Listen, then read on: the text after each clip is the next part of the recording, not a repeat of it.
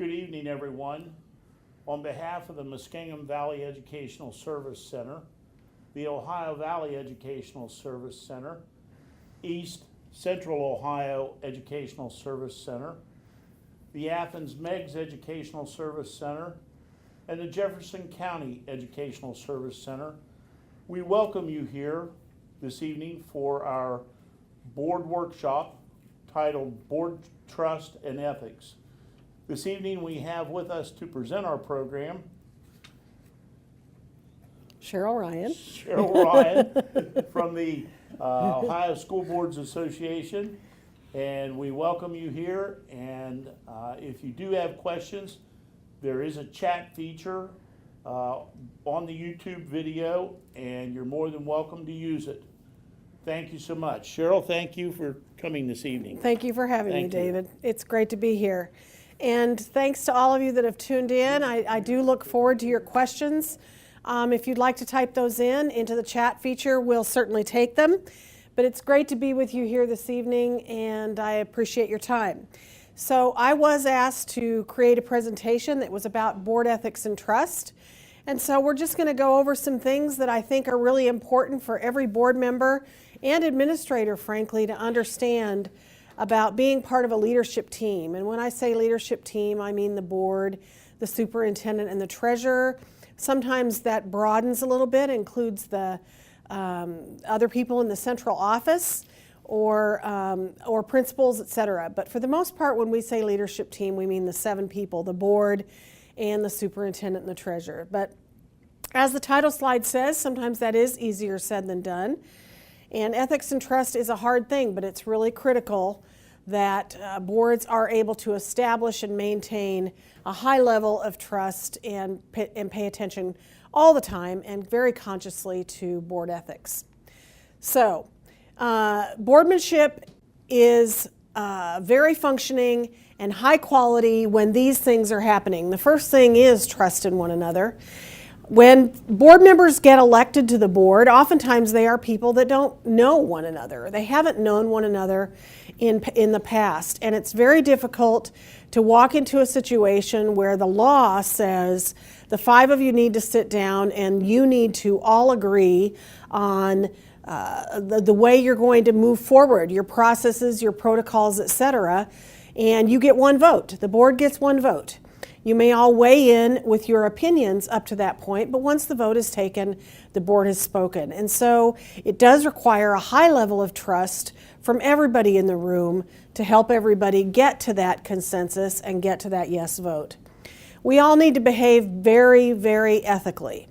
And there is hard ethics and there are soft ethics. Hard ethics are the things that are legislated or are written in policy by the Ohio Ethics Commission, or maybe in your own policy manuals in your district. Soft ethics are the things that we all, our mothers and maybe our fathers taught us when we were little kids about the golden rule. Those are soft ethics. Great communication is really important, that two-way communication, not only between board members, but also between administrators and their board members, and knowledge and understanding about education and what's happening in the educational arena is really critical for good boardmanship. So I oftentimes start presentations with a quote, and here's one that I really like.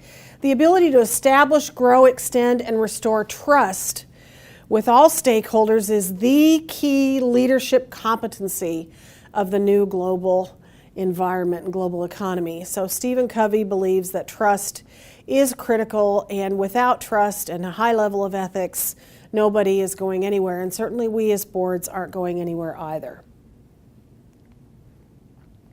So every organization has substance, which is why it exists, and I hope that all of you as board members and as administrators have the conversation on a somewhat regular basis about why you exist. What are we all here for?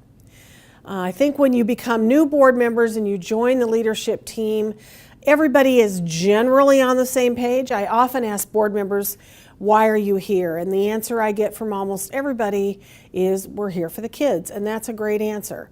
That puts us all in the right kind of corral to start the conversation. But different board members have different reasons for being on the board.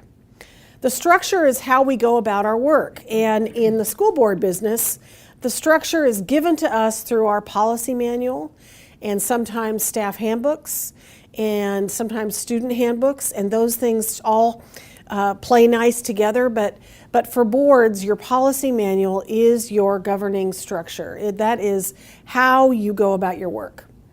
And then the style or culture of your organization is how it looks and feels. Superintendents will often tell me that they changed jobs. They went from one school district to another school district, and they could not believe how different the culture was. Even if the district was somewhat similar, it was another suburban district or another urban district, or the size was relatively the same. Always, superintendents will talk about how different the culture is. So I think the culture among boards varies almost as much as you would think it was if you moved from Columbus, Ohio to Los Angeles, California. The culture is very, very different, and I find that working with different boards across the state, that's very true as well. So we need to establish a positive culture with our boards, and that depends a lot on how much we do trust one another and how we are able to build that trust. And it really is quite a lot easier to develop that trust when we share similar values. I find that oftentimes I will work with boards where all the board members, 3 of the 5 or 4 of the 5, or rarely all 5, were alumni from that local school district. And they tend to share many of the same cultural values, particularly ones that came from the school district as they grew up. When we work with boards with people that come from different places or different levels of experience, oftentimes we have board members who have been working professionals for many years, and then we get younger board members come in. The cultures sometimes clash. We want good communication practices, as I mentioned earlier, and we definitely want educational practice and understanding to be at the forefront of board members' minds as they move forward with their work. So culture is defined as the positive or negative atmosphere created by the ways people within an organization treat one another. And we often will ask a board, how's the culture? You know, new board members especially. How is the culture in your board? How do you feel about the culture? And oftentimes board members will say it's not too good, or it's really good, but it's something that you can feel. It very definitely something you can feel. And I will pick on Mr. Watt here because he's been a board member for so long. Would you say that the culture in your organization, in your district, has changed over the years, or has it stayed relatively constant? No, it's changed since I've been on the board. When I came on the board, we were a county board, and it was a 5-member board, and we were all from the county. Right. And then when we went to a ESC, and we took on 2, 3 other counties, and we got other board members from different cultures. And it took a while to get a grasp on what this board member was about, what he did like, and he disliked, or she liked, or disliked.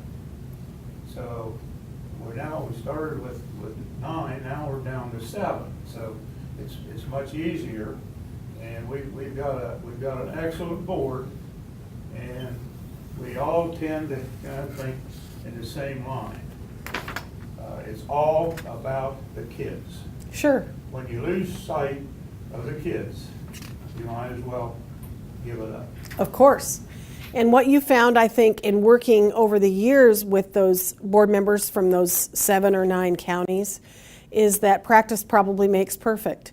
And now your board members probably come to the board and they have an idea, especially if the superintendent is consistent and the treasurer is consistent, they have some idea about how the conversation is going to go. I was a board member, and I remember thinking, as I would look at my board agenda, once I got to know my board members, I kind of guess sometimes the questions one board member would have, or the things on the agenda that would trigger a discussion from another board member. You kind of know what their sort of passions are and their the things about different projects, whether it's money or the budget or student safety or whatever it is. You learn what it is that really rings a bell with your different board members, and also what becomes important to your administrators. We have been blessed with excellent superintendents ever since I have been on the board.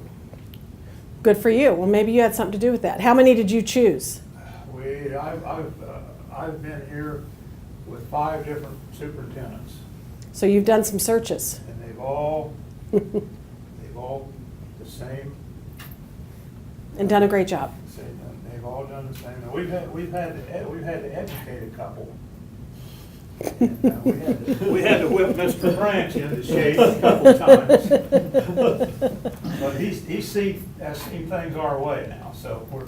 So it's all good. No, He's sitting very quiet there in the back of the room. He's super. He does a fantastic job. And it used to be back in the county board, it was, now as it's grown into ESCs in 5 counties, and we've got 600 plus employees in our service center, it's become a business. It's a huge business, right? It's probably one of the most important businesses to the community, for sure. So, how do board members treat one another? That's your culture. If I just said, how do you treat each other? Is it generally positive? Is it sometimes stressful? Is it contentious on an ongoing basis? Is it relatively positive with the exception of the fact that almost everything generates a conversation? What's your culture? And then, is your board culture reflected throughout your district? I often say the board sets the tone. So if your board, as you've said, is one that works well together and is quite positive, then we would most often expect that the committees, the superintendent hosts, the superintendent committees, maybe in local districts, the PTO organizations, the booster organizations, etc., all of those things will tend to model the same culture that is modeled by the board. So all governance teams have unwritten or implicit agreements about behavior. These are things that are just understood.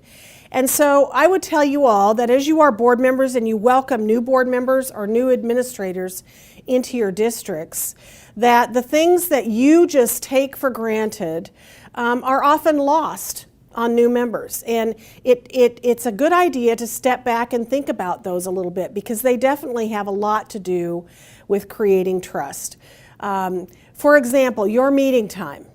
You know, maybe your board has met on Mondays for the last 27 years, and that's just understood. It's understood that Monday is your board meeting night, and a new board member comes on and believes that maybe Wednesday or Thursday might be a more workable night, and that throws a big monkey wrench into everything. So think about the things in your board that might be the unwritten rules of the road that you want to make sure people understand. I work with a board quite often down in the Cincinnati area, and there are 2 members of that board who are hospital physicians. And that board is an unusual one in that their regular meeting time is very early in the morning instead of in the evening like so many other boards, so that these 2 physicians can attend the meeting and then move on to the hospital and do their work for the day. So that's definitely an unwritten rule of the road in that district, that we meet at 7 a.m. or 7:30 in the morning on certain nights. There's also written or explicit agreements about behavior. So these are the things that are very clear. So your contracts with your associations, your bylaws as a district, your policies, etc., that is definitely written and explicit agreements that talk about the culture. So although the law here in Ohio tells us that certain policies are required, your bullying policies are required, policies about staff handbooks or student handbooks might be required, policies about even the way we treat children who have certain illnesses like epilepsy or diabetes. Those are required policies in your manual. But how you, in your local district or at the ESC or the Career Center, how you implement those policies is very different and very culturally specific from district to district. So, These agreements are the ground rules or the norms that allow your governance team to build and maintain a positive culture. So when positive cultures aren't positive, it's nearly always about an erosion of trust. So we're going to start off, and I'm going to pick on the board members that are here in this room. I have a few scenarios built into the presentation this evening that I want to share with you. And I'm going to ask you to think about this, and we'll have a little bit of conversation. So Awesome Local is my hypothetical district that I use.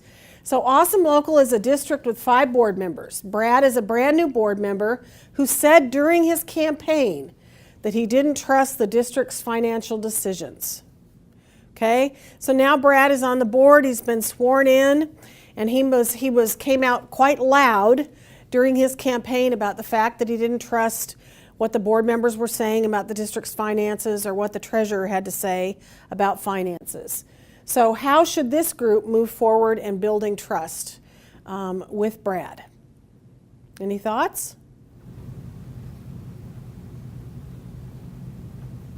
I would have him get with the chief financial officer Okay. and let her explain to him what their general practices are and what the law is, financial, and make sure that he gets a copy of the financial.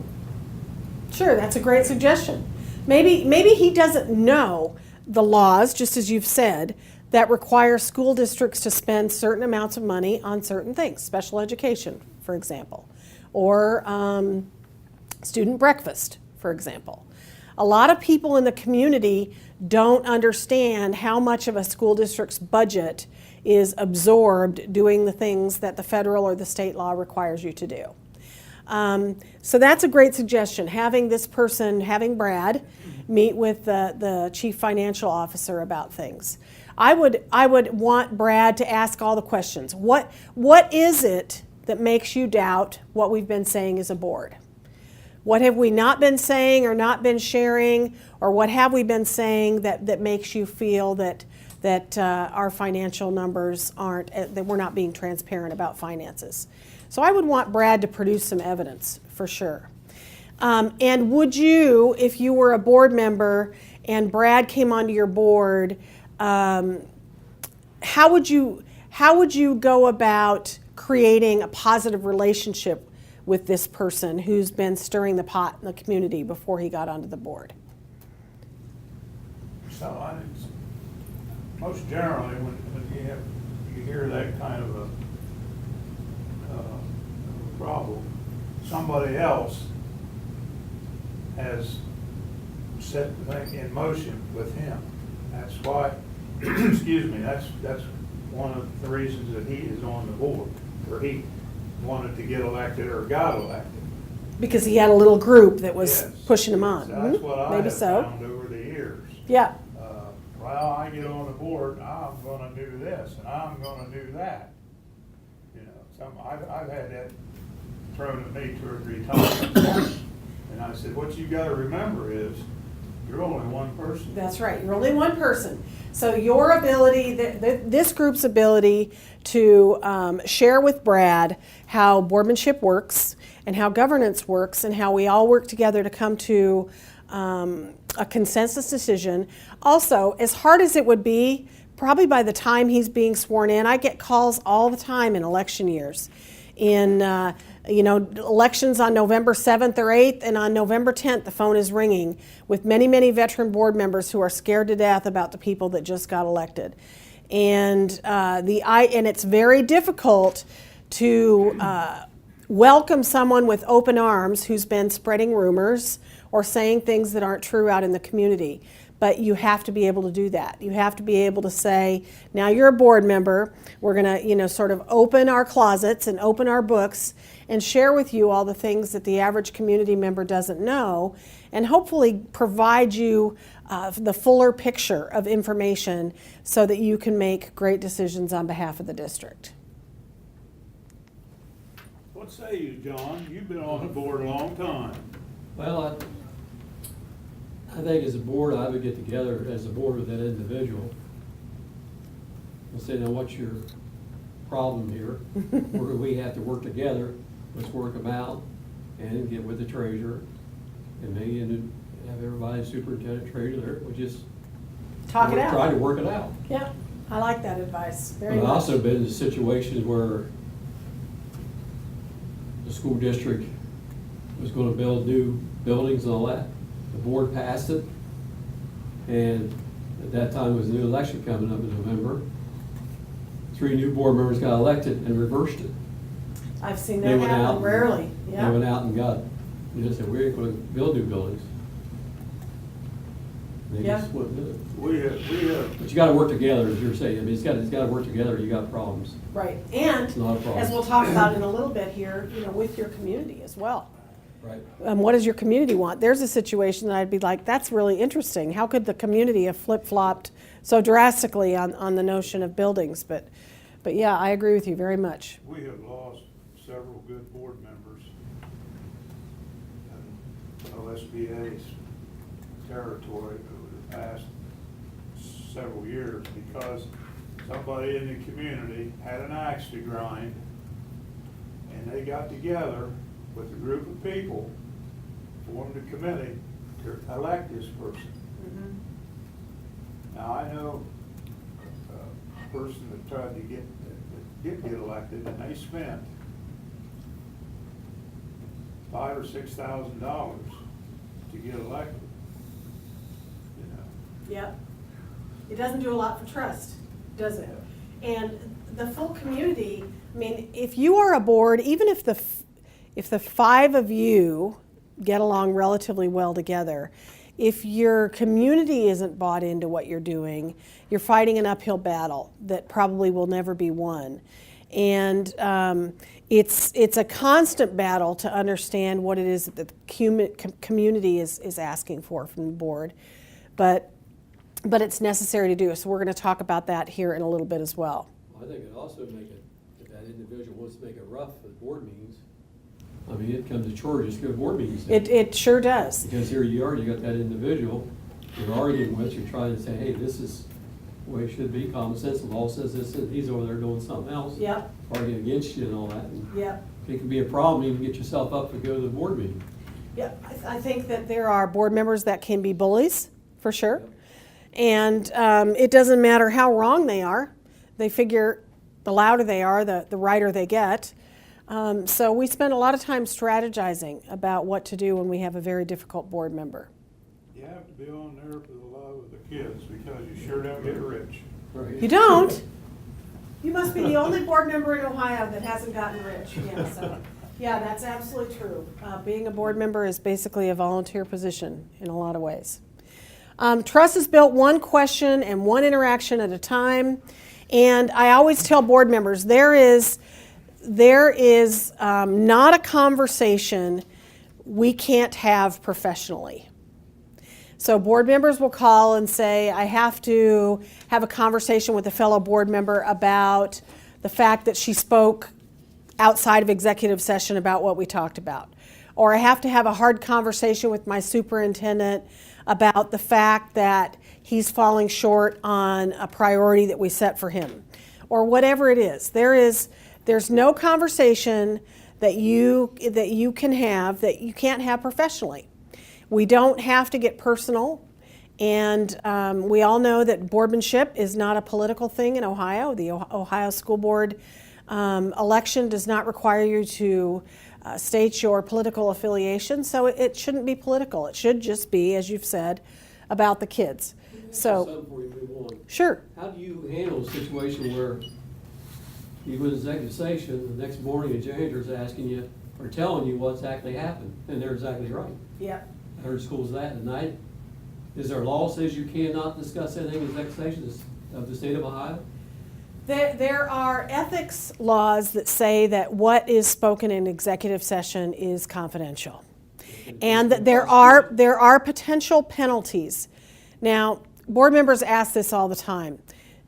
The reality of the situation is that it's very difficult to hold somebody monetarily accountable for executive session. There have been cases where board members have been encouraged to resign and have done so.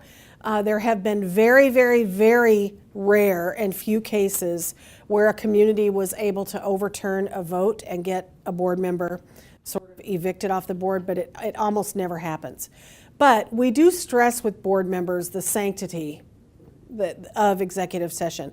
And if you have a board member that can't keep his or her mouth closed outside of executive session, you're really kind of sunk, because there are so few occasions for which we can in Ohio legally go into executive session that we have to guard those, and we have to treat those with the respect that they deserve. What I would do in the situation is... Their district was telling me that he would get out the next day, and Jared would be telling him what happened. He couldn't understand. I think if you know who the leak is, it sounds like it was obvious who the person was. I believe that person has to have an immediate conversation with the board president or the board vice president or somebody else. Probably not the superintendent. That's a power thing that we don't, but another board member needs to address it if we have a different board member who is betraying executive session. So you're saying that even though there's law saying, you should. Yeah. It's very hard. There have been penalties, penalties, but it's Still, tough. Yeah, very difficult. tough. Very tough. Wow. Trust is built when efforts are made to never surprise, embarrass, or retaliate, and when individuals feel encouraged to question or disagree. So the embarrass or retaliate, we all make mistakes. I think that we all have had board colleagues that have been on the wrong side of some issue. They have thought one way or voted one way, and then time has proven them wrong about their feeling. Or maybe it's been us or you. But I think that trust is built when we all give one another the opportunity to, 1, be forgiven, 2, be wrong, and to move forward together. So I always say, if you have a board member who always comes at everything through the financial perspective, and let's just say she measures every decision by how much it's going to cost, and she's a penny pincher, or at least she has board colleagues that think she's a penny pincher, and she makes decisions that way. If the new agenda comes and we all look at it and we realize that here are 2 items where we're going to be talking about spending money for something. Maybe it's new technology materials for students or professional development for staff. And you can already see, and you're already bracing yourself to have an argument with this person about why these are important expenses. And that's a little bit unfair and a little bit erosive of the trust. What I would ask is that you allow every board member to come fresh to every meeting. Now, that's not to say that she's not going to continue to not surprise you, and she's not going to continue to be a penny pincher. But if you can allow her the opportunity to be convinced that spending the money is the right thing to do, then she's going to begin to trust you a little more. And then when we're all encouraged to question or disagree. I have board members call me occasionally and say, my superintendent tells me that I can't ask a question. Or my board president tells me that if I don't call and ask a question before the board meeting, I can't ask it at the board meeting. And that really isn't true. We don't want surprises. We don't want you to get your board agenda and not say anything and not call the superintendent with a question or not call the treasurer with a question or the board president or whomever. And then when it comes time to approve the superintendent's recommendation, there's yes, yes, yes, yes, and then you pipe up with a no out of thin air. So that's what we mean by surprises. We do want everybody to have an opportunity to voice their opinion, but to share with one another what you're thinking on these important issues. Are you saying on every issue should be 5-0? No. I don't think so at all. But I think if you're going to be a 1 on a 4-1 or one of the 2 on a 3-2, I think it shouldn't be necessarily a big surprise to your board colleagues, and that hopefully they will know coming into that, either through your committee work or previous discussions to that, how you're kind of feeling about that issue. Yeah, but absolutely, I don't think every vote needs to be a 5-0 at all. Trust takes time to establish. You can't demand it from others. So oftentimes boards get really frustrated because they're working on all cylinders in year 4, right? We got together and we finally sort of figured out how to work well together. Or in Ohio, it's actually 2 years before board elections. But you know, that really difficult board member that you weren't sure you were going to work with, you finally have got a relationship going.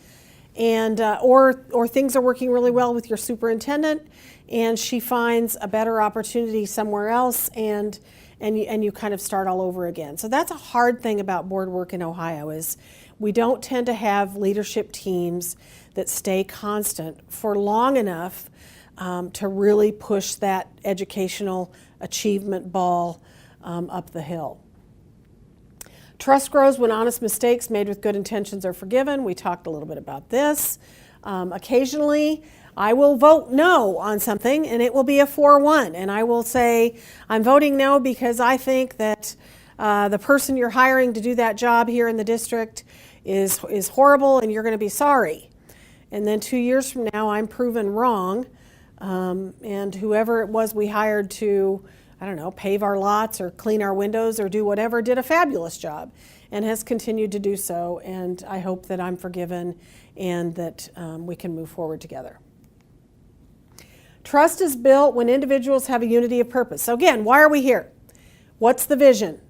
So for all the districts that might see this, I would ask you, are you having that annual conversation with your superintendent about what the vision is for your district? And most districts do have a vision. I talk with board members all the time, though, that had nothing to do with creating it. And I'm saying I don't think it's necessarily something you need to change, but I think it merits a regular conversation.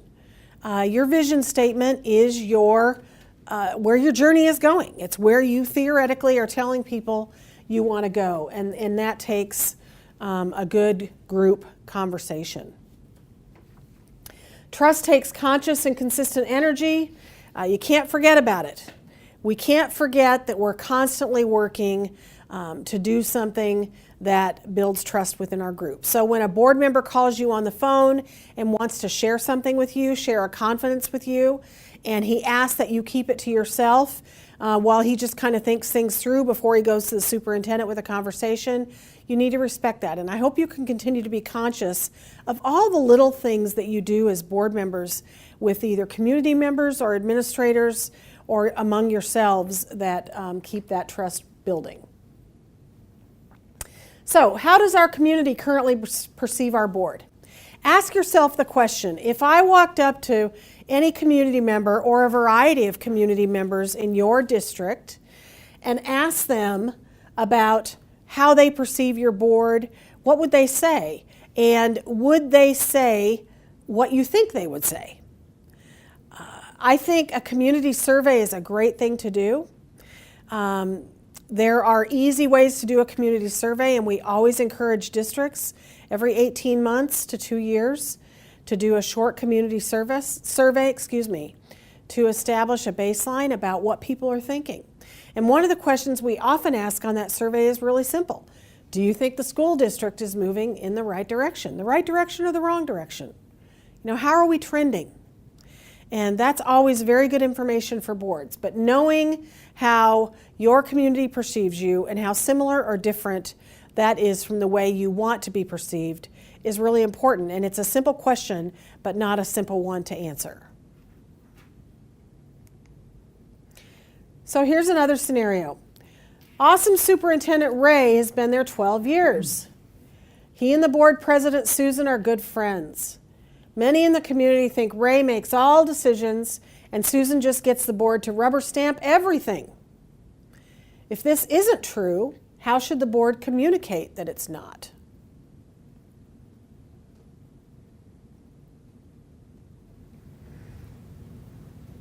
What do you think, John? Any thoughts?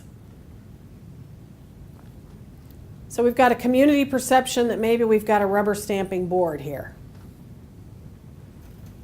I don't think they know the process of I think they would have to go to a meeting and see what discussion is going on, or to where they arrive at this there. That's a great suggestion. Concessions and so forth. So yeah, come to our meetings. Under a meeting, and you're gonna Yeah. understand this thing. A lot of people see the little article in the newspaper the day after the board meeting or 2 days after the board meeting that says so-and-so passed 5-0, so-and-so passed 5-0, and they have no idea of the conversations and the work that went into that recommendation.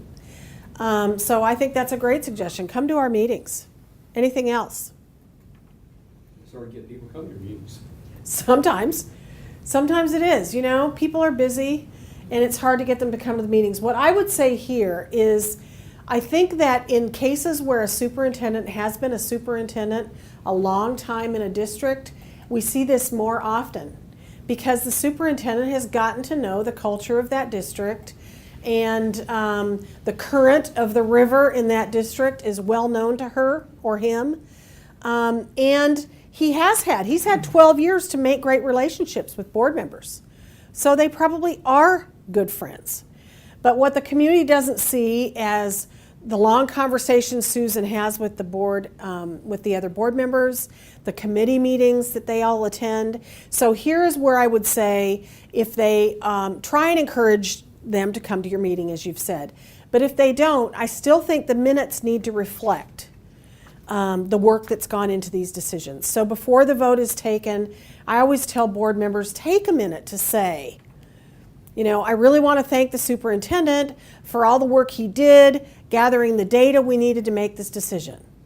I really want to thank the curriculum director for heading up that committee to determine how we should go about doing our one-to-one laptop project. So let your community know about the fact that your eye is on the ball and that you're all working really hard on making these decisions. And just because the superintendent is making good decisions you all agree with doesn't mean that you're a rubber stamping board. No, it's not true here at Service Center, but in local boards, and I was on Franklin Local for a number of years. If you wanted a crowd at your board meeting, all you had to do was have a bad football season or a bad basketball season or fire the band director. And you had all kind of people. Sure, people always turn out when it's something controversial, or you're buying property, or you're closing a school. And we always say it's good when the community turns out for the big things, but it would be nice if they turned out just to see the good governance that's happening in between some of those rocky times. So having dynamic board meetings, inviting people to your board meetings that might draw a crowd, like your police chief, or your mayor, or the homecoming queen, or the president of the robotics club, or whatever it is, but doing the things that might draw, even if it's just a few parents. And we all know, that they all come in and the room looks full, and you do the pledge and you acknowledge those students, and then the superintendent or the board president will invite parents to leave if they'd like to get home, and the room clears out, and you're back down to your 5 board members and your administrators. But try and think about ways to figure out how to bring your community close to what it is you're doing so that they understand the hard work that's happening. So here are some questions that I would want you to ask yourself about trust.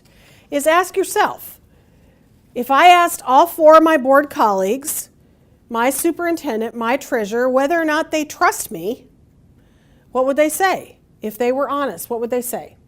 And do I feel the same way about them? Do I trust the people I'm working with? If there is one person on my leadership team that I don't totally trust, what can he and I or she and I do to better our relationship so that we can trust one another more? So now we're going to talk a little bit about ethics. So why are ethics important? They're important because when you are unethical, it costs you money. There have been several articles just in the past month alone about districts getting in trouble because of poor ethics.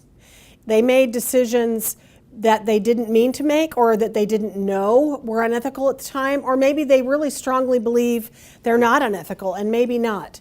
But they've made decisions where the perception is, at least, that they were either illegal or unethical, and they are spending a lot of money on those decisions, either having to start things over or to hire attorneys or whatever it might be. Poor ethics cost time. If your association, your teachers association, or your non-certified staff association files grievances because they believe the leadership team has done something that's unethical, that's going to cost you a lot of time, a lot of energy, and possibly a lot of money. Poor ethics deteriorate morale. Nobody wants to work in a district where the board behaves unethically, where they can't trust the board. And this will cost you in terms of losing really good teachers, retaining administrators who you were hoping to groom for promotions within your district, etc. It cost you a bond issue too. Could cost you a bond issue, certainly a levy issue. Why should I spend my hard-earned money supporting a district where the board seems to care so little about doing the right thing? And that's a very real problem. Public image and reputation, just what you've just pointed to, Bryce. Certainly when we behave unethically, public image goes down. Let's look at our state congressional leaders, and sometimes those at the federal level. When their public image is bad, nothing gets done. Nothing gets done. All we do is sit around complaining and pointing fingers and eroding one another's reputation, and nothing gets done. And then the legal implications, as I've said, grievances, attorneys get involved, and we certainly have union disruption, which can then lead to problems down the road with renewing your negotiations, etc. So saying one thing and doing another. This is oftentimes happens during election season. It oftentimes happens when board members, good intentions, but board members want to play both sides of the fence sometimes. Board members hate it when factions of their community are upset with them. But unfortunately, sometimes we ask board members to make a very hard call. But oftentimes board members will say what they think people need to hear, and then, or they will speak for the board. And Bryce will say, you know what, I don't think you need to be too concerned about that. I'm pretty sure that at next week's meeting, we're going to vote to blah, blah, blah. And then lo and behold, that doesn't happen. And now you've got a constituent that you've made a promise to, and that hasn't happened. One of the hardest votes I had to make on Franklin board was when we had to close Chandlerville School. Mm-hmm. It was heart-wrenching. Of course. The community, Mm-hmm. That's a small community, and people, people were crying, and and kids were saying, I don't want to go to this. Generations of people went there, right? That really played heavily on my heart. Of course it did. And, but it was a decision that had to be made monetarily, and And the long-term health of the district relied on your making that hard decision. So I will often say that if a board makes a decision, even a really difficult one, for the right reasons, and when their heart is in the right place, the community will be upset, and they will be sad, and some will be angry, but in the long run, they will respect the board for making the hard call. Catering to one set of issues or one set of stakeholders, your loudest minority. In the case you mentioned of a district where we have a sports booster group who seems to stamp their feet and yell the very loudest, and they get catered to. Oftentimes, it's kind of like with our own children. You tend to appease the one who's driving you the craziest, and we do that in our district sometimes as well. So catering to one set of issues or one set of stakeholders is an easy way to forget that you're serving a whole multitude of people. a multitude of different groups of stakeholders and numbers of students. And I often find that boards spend a lot of time talking in particular about secondary education. And just anecdotally, in my experience, we don't talk enough about primary education. And that's an example of catering to one set of stakeholders. I think now in Ohio particularly, we're seeing a trend upward of lots of good conversations about preschool and early childhood education and intervention. So it may be changing a little bit, but that's a group. The secondary community is definitely a separate stakeholder group. Making promises for the board without the board's consent. This happens all the time. Sometimes, again, unintentionally, you're fairly certain how the wind is going to blow with the board on a particular issue, and then something happens and it doesn't go that way. Or we have board members who sort of adopt or baptize themselves as the spokesperson for the district on matters of athletics or arts or teacher quality or whatever it might be. And if the board doesn't directly endorse any one of you to make a call or make a decision or even attend a meeting on behalf of the board, you shouldn't do it. You should make it clear that you are there as a citizen and a taxpayer, but you are not representing the Board of Education at whatever it is that you're attending. So inability to separate the issue from the personality. So, you're a major league conservative in your district. This is the easiest example. And you've got a board member who is a major league liberal in your community. And so it doesn't matter what he thinks. It doesn't matter whether you agree or not on things like school finances or curriculum or technology or student achievement. Maybe you even do, but you refuse to even take the time to figure that out because you're just assuming that each one of you is going to be wrong-headed about every issue. You have to be able to separate your conversations from the personalities.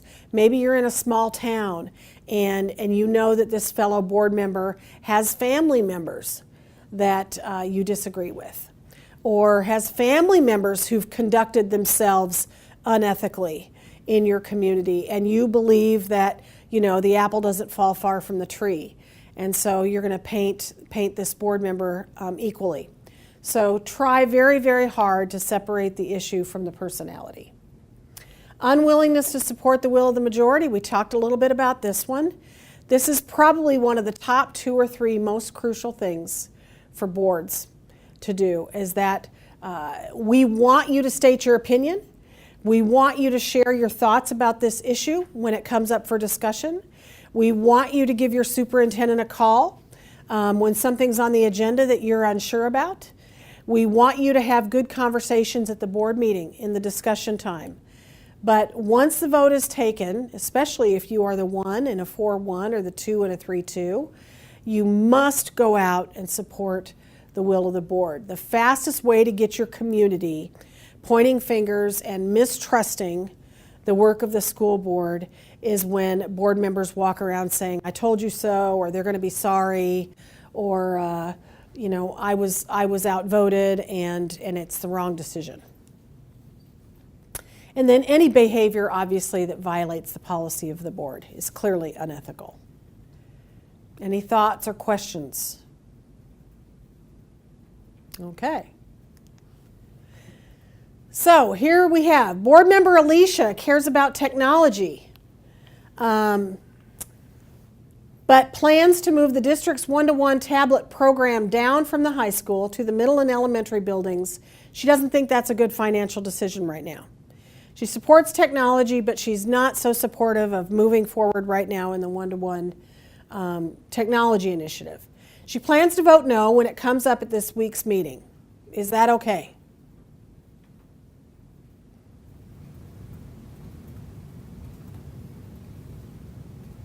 Is her no vote okay, Bryce? Does she know all the facts? Does she know all the facts? Well, that's a good question. Let's say she thinks she knows all the facts.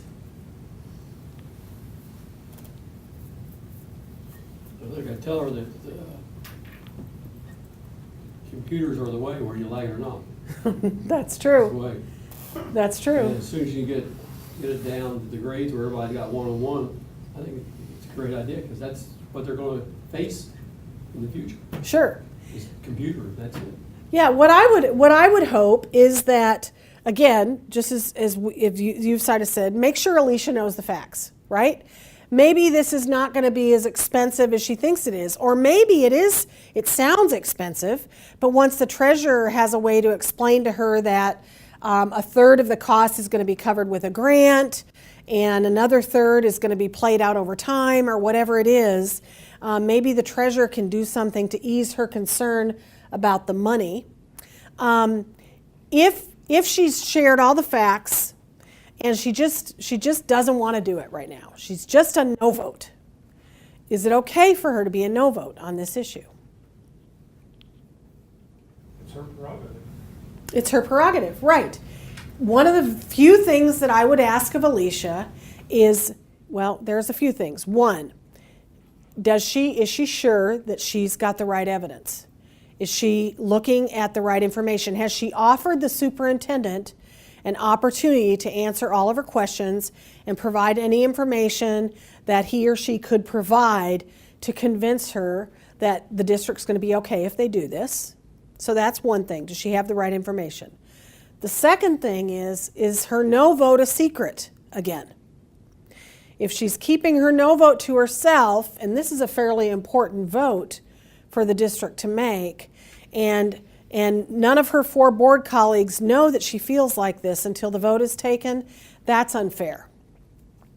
I always say, if you're going to vote no on something, I would like it if you have the fortitude to tell your community why it is you're voting no. You don't have to. And I have board members call me and say, I don't have to tell anybody why I'm voting no. And that's true, you don't.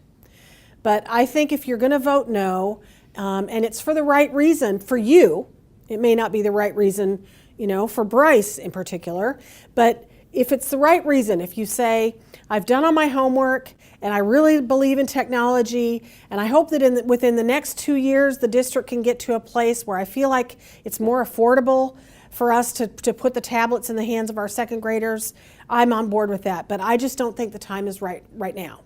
And my board colleagues may disagree with me on that, and that's their prerogative.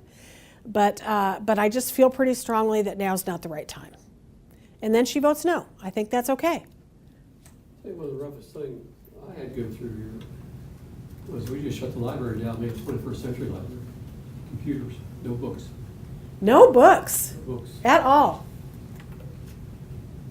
And the community, they showed up, but most of them, when you told them that kids weren't going to the library, we didn't have anybody going to the library. Nobody's checking books out or nothing. But they get on the computer if they wanted to read a book or something. Mm-hmm. So you try to, we actually, this is the new way, Yep. whether we like it or not. Yep. I don't know, Mr. Branch is the commission funding library still, or they're trying to go into their 21st? Yes, they still do a library. They still do library, okay. Who still does a library? The educational service? The Commission. OSFC. Oh, OSFC. Yeah, I think that's That was a hard decision. Yeah, that would be a hard decision. That's a cultural shift Right. right there. But you go there now, the place is full. With people at computers and on tablets and Computers working on stuff. yeah. So I think the notion of the way people are learning and the way people are certainly socializing is changing, and a lot of our board members need to change with it, I guess, and that it's a hard thing. You're right. We did take a lot of books that teachers wanted to put bookcases in their rooms and put the books down there, then we did do that. Yeah. If you wanted the books. And most teachers you talk to, they got a computer, that's all they want. They can Interesting. read a book, or read on the computer. I'm still a book person. I agree with you. Okay, how can we promote solid ethical practices? So we need to have honest, timely, direct conversations. So especially when it's hard. Always, but especially when it's hard. So when a board member or an administrator has done something to hurt your feelings, or you just have a question, or you disagree and it's not a big deal, you still need to step out and have that timely conversation before a molehill turns into a mountain, right? So I think that being able to talk to one another is a really hard skill, but it's a critical skill as board members. Board superintendent relationships. I always encourage boards to try and socialize a little bit with their superintendent and their treasurer. I think it's important that you have a warmth among you. I think it improves trust when you understand a little bit about where people are coming from and what their passions are and what maybe their family situation looks like, where they came from and what the culture was from somewhere where they came from. I think socializing together is a really good thing we should do as boards. And board superintendent relations. I like the idea of superintendent and board members working together on draft agendas one at a time, taking turns going into the superintendent's office to talk about the board agenda, whatever it is that allows a superintendent to get to know his or her board members individually and as a group, I think is a really good thing to do. Active community engagement efforts. What are you doing in your district to make sure your community is engaged? Are you doing things, as John said, to try and get them to come to your board meeting? Are you doing an annual or an every 2-year survey? Are you showing up as a board announced at the mayor's or the Elks meeting, the Eagles meeting? You know, are a couple board members volunteering to attend different meetings where they can just be seen and ask questions? I think a great conversation for all boards to do every year, maybe when you're talking about your mission, your vision, and your goals, is what can we do actively this year to get and keep our community engaged in what it is we're trying to do here as a board? What are some things we can go to? How can we invite the community in? I had a district not too long ago tell me that they were flipping roles, and this is a fairly large suburban district, and they were going to the city council meeting as a board, and then the city council was going to be coming to the board meeting, and they were going to start to talk about how they could leverage one another's activities and get to know one another better. What surprised me on the board is, well, the community, how many people do we know who's on the board? Absolutely. They have no idea. Yeah. They might know I am, but then they ask, well, who else is on it? We were talking a couple days ago with some people from the Association of Secondary School Administrators. And I said, well, you know, kids know who their principal is. They sure know who their principal is, but many of them don't know who the superintendent is, and none of them hardly know who the board members are. So I totally agree with you. I think anything to familiarize your community with your face, and the fact that many of you are probably neighbors they didn't even ever know were on the board is an important thing. Procedural integrity. Once you have a policy or practice, stick to it. Be consistent. That's really important. And have a code of ethics or a code of conduct. And we're going to talk about that here just a little bit. It doesn't have to be formal, but I'm going to give you an example. So, when discussing code of ethics, ask yourselves, what areas of concern does each of us have? And can we all agree on the items to include? And the example I've given you here should make this a little bit more self-explanatory. Should we write down our code of ethics? Maybe. It depends how big a deal it is. Sometimes we just talk about a code of ethics and it's just a verbal agreement, but we all need to verbally agree. Should we discuss it publicly? Absolutely. I have board members ask me if we can discuss our code of ethics in executive session. No, you can't. And not only can you not, you shouldn't. Why would you not want your community to see that discussing a code of ethics is an important thing for you, but that it's such a great example for your community? So I think one of the biggest PR things board members can do on an annual basis is create and discuss their code of ethics. And then, does our code of ethics work within our policy manual? We certainly don't want to have anything in our code that goes against what our policy manual says that we need to do. So I'm going to give you a little example. And the ethical topic here is meeting preparation. So here we have a board, maybe it's Awesome Local again, that's having a hard time getting things done in their board meeting because board members are coming to the meeting at different levels of preparation.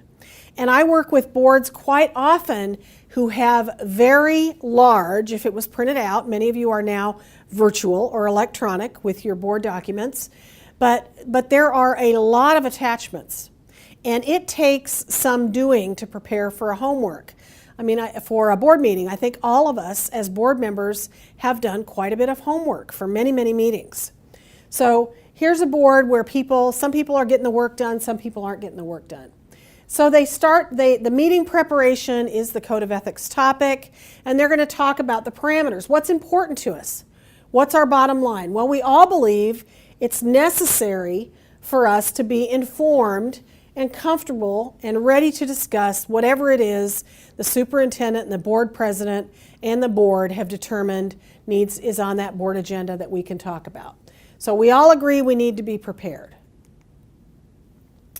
So we're going to identify the issue or process and then discuss from each board member's perspective. So here's just an example. So Brad, our new board member here again, he needs extra time. He needs extra time to read and prepare. He's either not used to board meeting agendas yet and all the attachments that come with, or he's got a family, or he's got a busy job or whatever, but it's taking him some extra time. And maybe he doesn't feel like the board packet, the meeting's on Thursday, the superintendent has generally released the draft agenda on Tuesday, and he just is not able to get it together by Thursday. Bill, he's a realtor, and he's a really busy guy, and he allocates 90 minutes a week on Tuesdays to prepare for the Thursday meeting. If it takes him more than 90 minutes, it's probably not going to happen because that's the time he's allocated in his schedule. And then Susan, she's that board member that's been around forever. She's been there, she's done that. You can't really throw an issue on an agenda that she hasn't seen before, and she feels like she needs far less time to prepare than almost everybody else. So this group should talk about parameters. So this would not come up unless it was apparent to one or more people in the group that there was an issue. So agendas need to be sent as draft at least 48 hours for questions to the superintendent. So the board says we need at least 2 days, and most districts in Ohio do follow at least that 2-day protocol. Do you all get 2 days? 5 to 6 days. That's awesome. I would say that's very unusual. And then Mr. Branch calls every board member and asks if they have any questions. That's great. So he's giving you a really sort of luxurious amount of time. First of all, before we get the hard copy, it's on the computer. Mm-hmm. And you can all see it and you can call with questions. Yeah. So that's really a good amount of time. John, how about you? How much time do you get? We get about 2 days, 3 days. 2 or 3 days. It used to be, we would get it, previous one, superintendent, you get over Friday. You meet Monday morning, 6:45 a.m. And you had no idea, you couldn't discuss anything with anybody previous. Yeah, it's hard. We have, I think. Now it's all different. I think that when we did a survey at OSBA, I don't know, it's been several years now, the most common night for a board meeting was Monday night in Ohio. I think something like 65, I mean, it's a huge number of our boards meet on Mondays. And many of those boards will tell me they get their board packet on Friday. And it's really difficult if you do have those questions to get hold of the superintendent sometimes, or maybe the superintendent needs to then in turn call a principal or somebody else to ask your question or to get your question answered. And those people can't be expected to be picking up the phone at 10 o'clock on Sunday morning. So that's hard, but I would say that's pretty common in Ohio, is the Friday morning packet for a Monday night meeting. So that's common, you say? I think that's pretty common. Yeah. So when I work with boards that have a problem with that, we talk about what would need to happen for the packet to come out on Thursday. And sometimes the superintendent will say, well, my people don't give me their stuff until, whatever. And well, then we need to back those people up a little bit. Or we find that Administrators working with the superintendent aren't paying close enough attention to his deadlines. Well, we need to get them to pay more attention to deadlines. So whatever it takes for all 5 board members to feel prepared. So here, this board says they want their draft agendas and attachments by 5 p.m. Monday for a Thursday meeting. So they want 72 hours now. And then all board members agree to have thoroughly read and be ready to discuss. So now there's going to be no excuses. We've got some accountability on the board end. The administrators are going to try and hold up their end of the bargain, and then the board is going to be prepared. I've told this story before, but when I was a board member, one of my fellow board members was a very, very busy person professionally, and this was when we got all of our board packet, hard copy, and it would come in a big yellow manila envelope, all sealed and delivered by the administrative assistant to our doors. We were fortunate, to our doors. And he would be coming into the meeting, and I could hear him ripping open his envelope, like he was literally ripping open his envelope as he was walking to the board table to take his seat. And I used to just get really frustrated. So then we're going to agree on the protocol. So as it pertains to meeting preparedness, we each agree to arrive promptly for board meetings. For some boards, that's a problem. You always have the board member that's late. Do we go ahead and start on time and say the pledge and have the board member miss it every time? Do we wait for the board member? Do we let the board member know? Yeah, you should. It should be part of your code of ethics that you talk about. We're all going to arrive on time. If you need to leave your office an extra 15 minutes early so that you can be here on time, that's what you need to do. Having received and read the agenda and all materials, we agree to participate fully in all board discussions. So that's the other thing. Nobody's going to sit on their hands and zip their lips and not say anything at our board meeting. We're all going to participate. We all have an equal vote. Our opinion is important, equally important, and we're all going to participate fully in board discussions. So annually, take a look at it. Is it still working for us? Is the protocol that we created on meeting preparation still important to us? Is it still working for our board? Is everybody abiding by it? And is it too constraining? Do we need to make some changes? Maybe we need to tighten it up even a little bit more. And then I think all board members should discuss and agree to it at a formal board meeting. Sometimes the Code of Ethics has 6 or 7 items on it, and sometimes it has a few more. Whatever is important to your board, to tell your community that our board fully intends to behave and manage ourselves at this very high level is a good thing to do. So we're going to talk a little bit about communication, because it isn't just about what you say, but how you say it, when you say it, and who you say it to.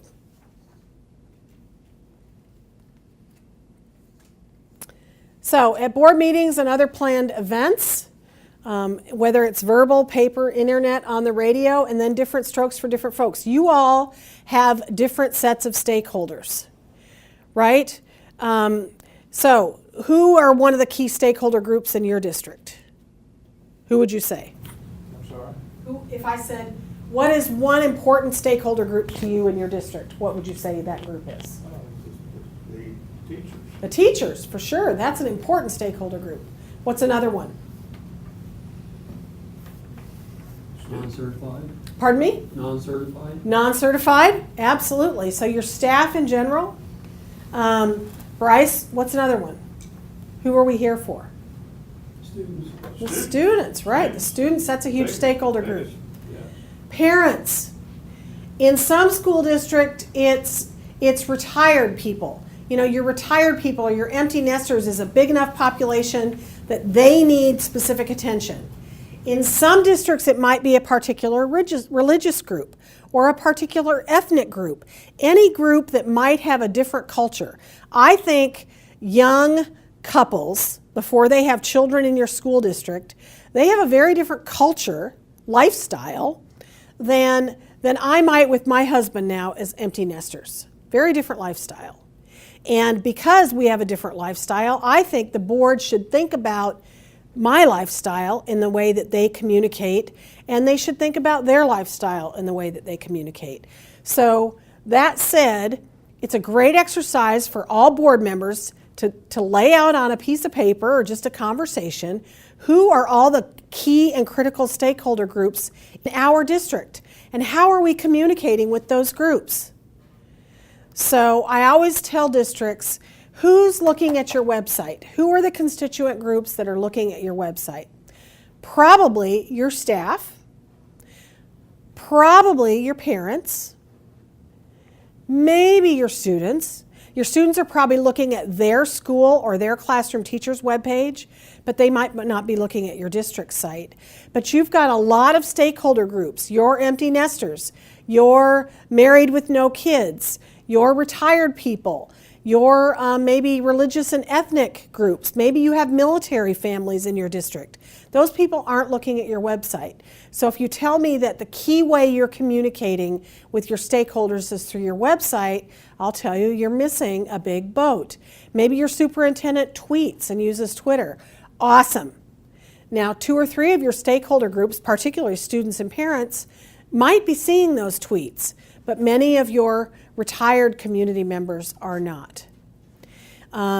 Maybe in your community, I did a search for a superintendent in a community several years ago, and for this community in northeastern Ohio, it was one of those communities where there is a church on every corner, and church is very important in this community.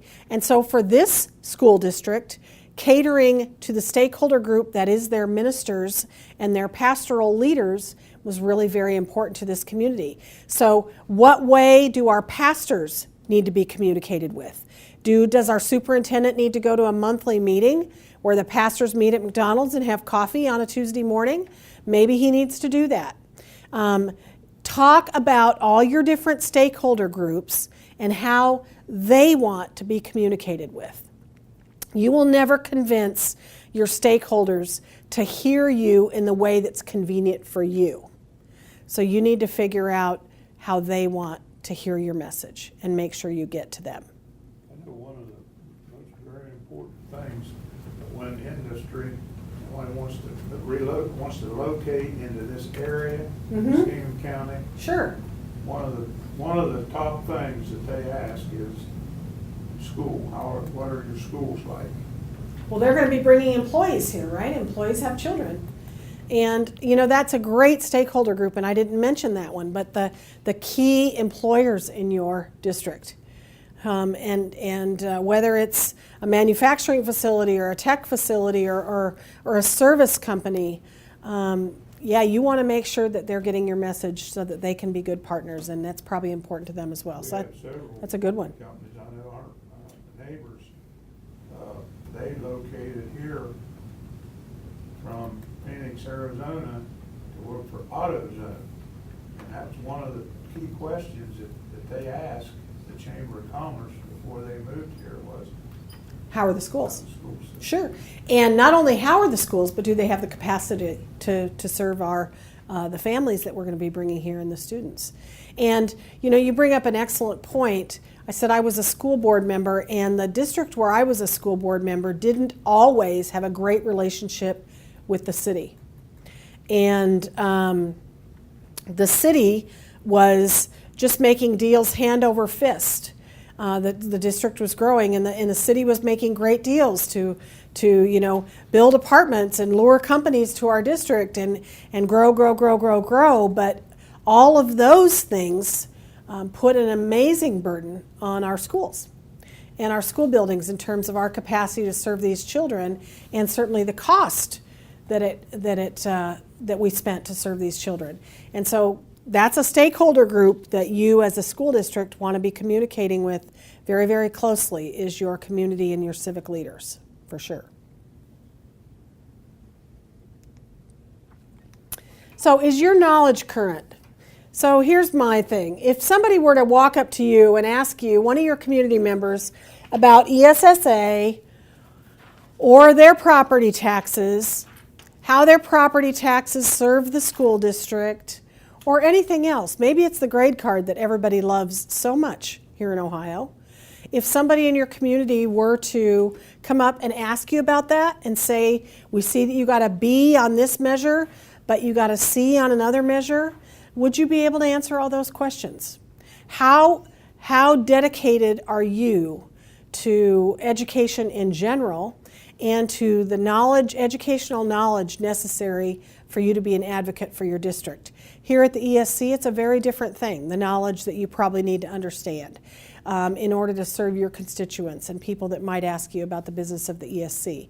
But in local districts, it's really important for people to stay current. And so that can be kind of a challenge too, because we're all very busy. So keep yourself in the loop. If there's a topic of interest in your school district that you want to know more about, ask your superintendent to help you become more knowledgeable. Could the superintendent have you introduce you to somebody in your district and have you sit down with him or her, take a tour, or do whatever, something that's brokered by your superintendent for you to feel a little bit more capable so that you can answer those questions?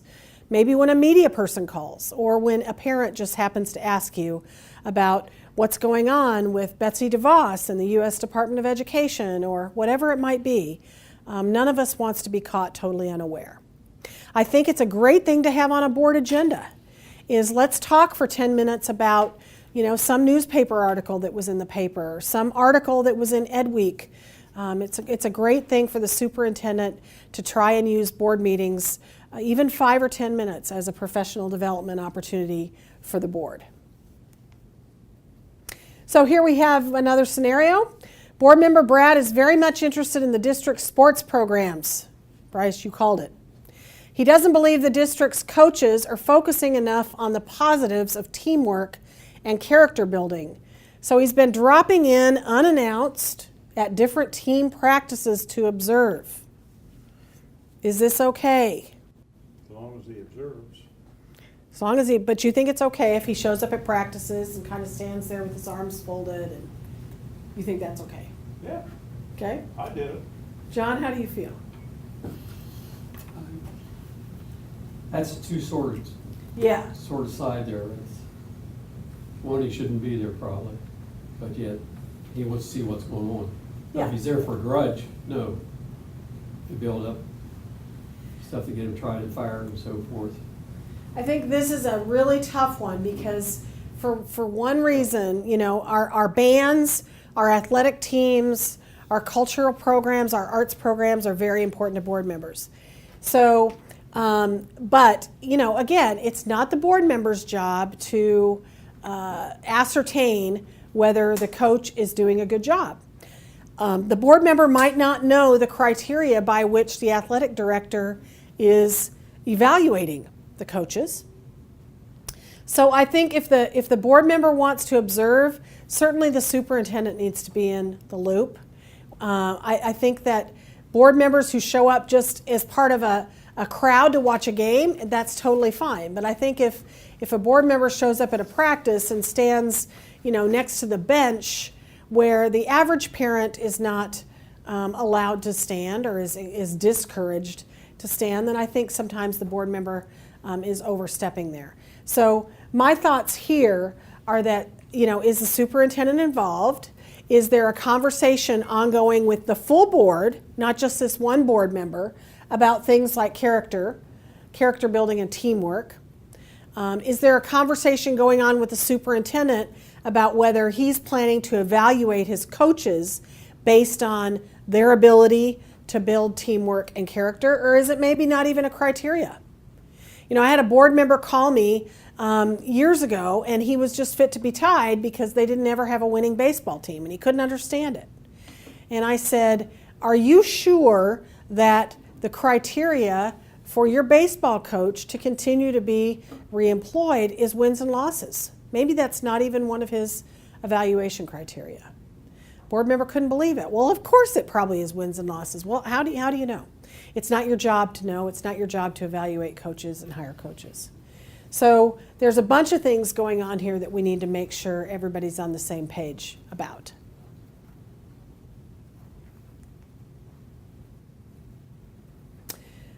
So we want you to stay in touch, obviously, with your districts and OSBA's website. Our website at OSBA is changing all the time. There's a tremendous amount of information there. It's almost all password protected. If you are a board member or an administrator at a public school district in Ohio, you certainly are able to gain access to 100% of the website. If your district uses Facebook or Twitter, we certainly want you to stay in touch with your district there. Do both of your districts have an official Facebook page? You do. You have official.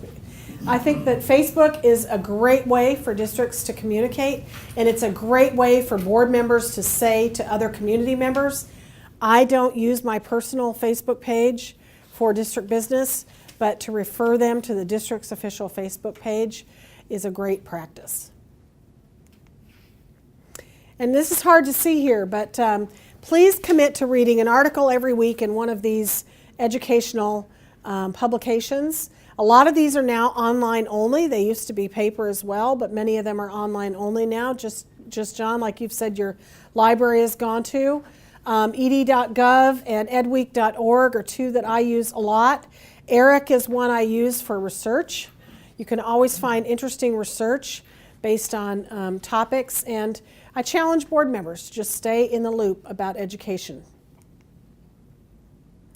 And that is my last slide.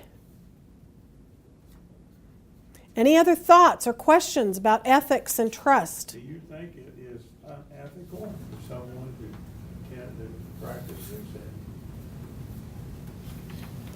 No, I don't think it's unethical. I think as long as you're open about it, as long as there's been conversations about the fact that this is your passion, and I think if a board member goes to a superintendent and says, I have no agenda, I'm assuming our coaches are doing a great job, I have no reason to think everything isn't going really well, but this is a passion for me, and I would like to drop in and observe a practice now and then, I think that's a conversation that you should have with the superintendent, and then at least the superintendent can call the coach and say, you don't need to worry about your job, you know, Bryce just is really interested in soccer, and he said that sometime this season he'd like to drop in on a couple practices.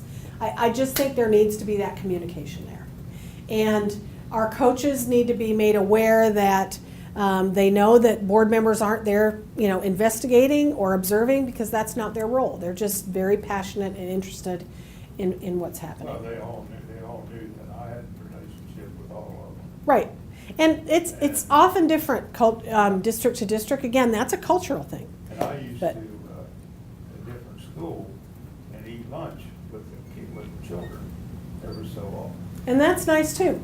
I think all of that needs to be an open conversation with the superintendent about how you want to bring your board service to life in your district. Question. Sure. Concerning coaches. Let's say the superintendent recommends not to rehire a certain coach. Uh-huh. The board votes it down. They vote down that superintendent, so they vote to retain the coach. Right. Uh-huh. Now, do you have to have a superintendent's recommendation to hire any coach? Yes. Or can the board? No. Board That- cannot say we're going to hire, say, put a name out, this is who we're going to hire. Yep, that's a good question for your board counsel or even one of the staff attorneys at OSBA. But my understanding is that legislation changed in the past, I don't know when it is, 5 to 10 years, that now every person who's hired within the district needs to come with the superintendent's recommendation. Used to be the board, and I can't even remember now whether it was a majority of the board or 2 people or whatever it was, could bring forth a recommendation, but that's not true anymore. Everybody in the district now is hired with the superintendent's recommendation. Yeah. But the only thing you can legally do is turn them down. Sure, you can say no if you have a can't good tell and them no ethical reason. Until you agree with somebody. Yeah, Right? yeah. Hopefully you're all on the same page about that and what the district's looking for, and superintendent's being open about what he or she is looking for and all that kind of thing. Any other questions? Very Okay, interesting, thank you. well, you're very Very welcome. interesting. When you're involved with the media, Yeah, what are some of the protocols board, a media person confronts a board member. Yeah, one of the things we always say is don't say no comment. Don't say no comment. Almost every district will have a person who, by policy, speaks for the board. Usually it's a superintendent in most districts I've worked with. Sometimes it's the board president. So I would always know what that policy says, and I would always say to the reporter, I would encourage you to ask the superintendent about this because our policy dictates that he's the person that speaks for the district. Or our policy dictates that the board president speaks for the district. And it should always be that person, and you should be consistent. And if you are consistent, then your local reporters will learn what your policy is, and they will go directly to that person and quit bothering you. That's really important because that goes to, again, speaking on behalf of the board when you haven't been specifically designated to do that. And even if you say to a media person, this is just my opinion, this isn't the opinion of the board, this is just my opinion, that's not how it will come across to your community. And so it's a hard place to go. A long time ago, my father was a board member for almost 50 years. And when I went on the board, he said, "Do you remember one thing? If you encounter the media, what comes out of your mouth, they own." That's true. And they don't always write it down the way you say it. So the best policy is just to refer media people to the person in your district who is the designated We had spokesperson. a strike. It went on for 7 days. And every night at 10 o'clock, I could set my watch by it.